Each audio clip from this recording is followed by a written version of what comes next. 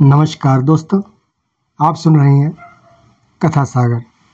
आज के इस पॉडकास्ट में हम बात करेंगे एक ऐसी फिल्म के बारे में जिसके लिए राजेंद्र कुमार और जितेंद्र के झगड़े के बाद अमिताभ बच्चन तक ये फिल्म पहुंची और अमिताभ बच्चन की सुपरस्टार की रेस को और आगे बढ़ा दिया। दोस्तों, इन दिनों फिल्में डिजिटल कैमरे पर शूट होती हैं और उसके साथ के साथ एडिटिंग भी वहीं लोकेशन पर होती रहती है, लेकिन ज़्यादा दिन तक नहीं हुए जब फिल्में रील पर शूट होती थी और उनकी एडिटिंग रीलों को काट कर होती थी। महीनों की मेहनत के बाद जितनी भी फिल्में तैयार होती, निर्माता, निर्देशक और फिल्म के खास लोग इसे देखते और जहाँ कहीं भी कमी दिखती थी उसमें सुधार करते। आज का किस्सा एक ऐसी फिल्म से जुड़ा है जिसके 75% बन जाने के बाद निर्माता को लगा कि ये फिल्म तो रिलीज करना बहुत ही मुश्किल है। दोस्तों, हम बात कर रहे हैं अमिताभ बच्चन, शशि कपूर, संजीव कुमार स्टारर फिल्म 1978 की फिल्म त्रिशूल की, जो 5 मई को रिलीज हुई थी और जिसने उस साल कमाई में दूसरा नंबर पाया था।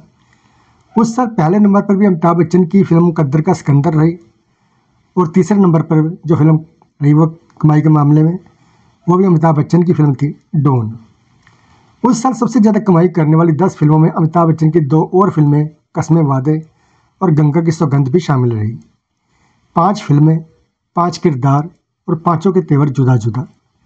ये वो फिल्में हैं जिनके चलते अमिताभ बच्चन 20वीं सदी के महानायक कहलाए। दोस्तों, मैं बात कर रहा हूँ कि कैसे त्रिशूल के 75% के करीब बन जाने के बाद इस फिल्म में कोई क्रांति नहीं आ रहा था। इसके लिए निर्माता गुलशन राय को ऐसा लग रहा था जैसे फिल्म में कुछ कमी सी है। वो यूँ कि राजकमल स्टूडियो में फिल्म का ट्रायल रखा गया। फिल्म ख़त्म हुई तो गुलशन राय, निर्देशक यश चोपड़ा और फिल्म की जोड़ी सलीम जावेद सब एक ही गाड़ी से निकले। काफ़ी लंबा रास्ता तय कर जाने के बाद गुलशन राय ने पूछा कि इस फिल्म का क्या कर सकते हैं, इसे रिलीज करेंगे तो पिक्चर चलेगी नहीं। इस पर सलीम खान बोले कि तुम मत रिलीज कीजिए ये फिल्म, सबसे आसान तरीका यही है इसको फ्लॉप होने से बचाने का। उस वक्त तो गुलशन राय कुछ नहीं बोले।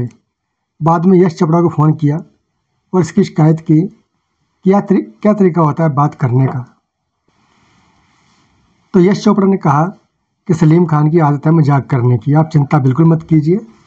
अगले दिन यश चोपड़ा, सलीम जावेद होटल हॉलीडे इन में मिले और यह तय हुआ कि इसमें कुछ एक्शन और डाल दिया जाए। कुछ और बदलाव भी तय हुए और 15 दिन तक की शूटिंग यश चोपड़ा ने फिल्म में की। हालांकि गुलशन राय को यही बताया गया कि सिर्फ 5 दिन की शूटिंग करेंगे, फिल्म ठीक हो जाएगी। यह 5 दिन ख़त्म हुए, फिर 5 दिन और फिर 5 दिन। इस तरह से गुलशन राय को मनाया गया। फिल्म त्रिशूल एक तरह से सलीम जावेद का भी लिटमस टेस्ट रही। अमिताभ के साथ वह जंजीर, दीवार और शोले जैसी सुपरहिट फिल्म बना चुके थे और यहाँ एक निर्माता को यह शक था कि फिल्म रिलीज हुई तो चलेगी नहीं। सलीम जावेद ने होटल हॉलीडे इन में अपना तुर्क का पत्ता फेंक दिया था और फिल्म में आया वह एम्बुलेंस वाला सीन जिसमें दर्शकों ने खूब तालियां बजाई। इस फिल्म से ही लॉन्च हो रही पूनम ढिल्लों को घायल हालत में जब अमिताभ बच्चन घर ले आते हैं तो उस पर भी दर्शकों की खूब प्रतिक्रिया मिलती है। वर्षों बाद पूनम ढिल्लों ने यह राज खोला था कि तब उनकी सहेलियाँ उनसे पूछा करती थी कि आखिर कैसा महसूस होता है अमिताभ बच्चन की बाहों में होना। पूनम जब सिर्फ 16 साल की थी जब उन्होंने मिस इंडिया का खिताब जीता। यश चोपड़ा ने उनका एक मैगजीन के कवर पर फोटो देखा और पहुंच गए उनके घर पर पूनम को साइन करने। पूनम ढिल्लों के माता पिता कतई नहीं चाहते थे कि उनकी बेटी फिल्मों में काम करे, लेकिन यश चोपड़ा ने किसी तरह उन्हें मना लिया। फिल्म में पूनम की जोड़ी बनी थी सचिन के साथ और दोनों ने अपनी मोहब्बत का इजहार में जो गाना गाया, गापू जी गम गम, वह उस साल का सुपरहिट गाना हुआ।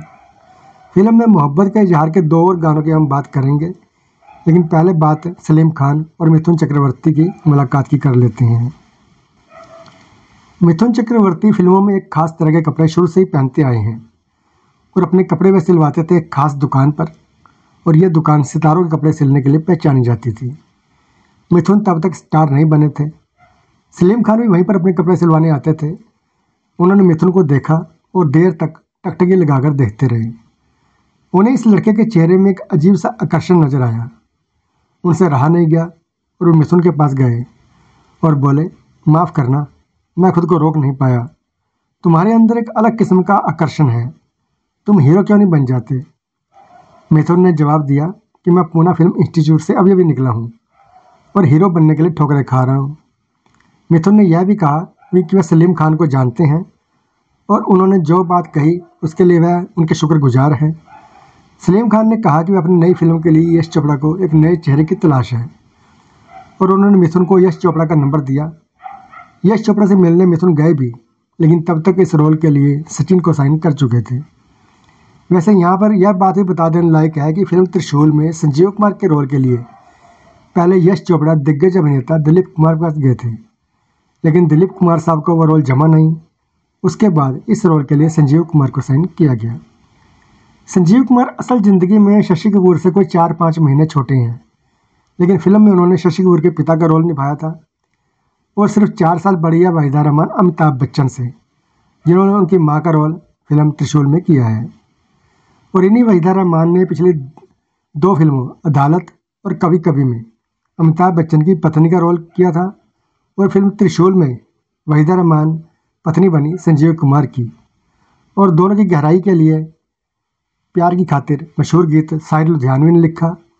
यह एक बेहद सारगर्भित और रोमांटिक गाना मशहूर गायक यशोदास और लता मंगेशकर ने भी इसे खूब गाया है और वो गाना है आपकी महकी हुई जुल्फ को कहते हैं घटा, आपको मस्त भरी आंखों को कमल कहते हैं। यशोदास, लता मंगेशकर और किशोर कुमार भारतीय संगीत की 3 अनमोल धरोहर हैं, जिन्होंने एक साथ बस एक ही बार गाना गाया और वह गाना है फिल्म त्रिशूल का, मोहब्बत बड़े काम की चीज़ है। अमिताभ के नाम पूरी फिल्म में बस इसी गाने का एक अंतर आया। सलीम जावेद ने पहले फिल्म जंजीर, फिर दीवार और उसका शोले और फिर त्रिशूल में अमिताभ बच्चन के भीतर सुलगते गुस्से को अपना हथियार बनाया और नाच गाने से उन्हें दूर रखा। एक ऐसी इमेज जिसने अमिताभ को एंग्री यंग मैन का नाम दिया।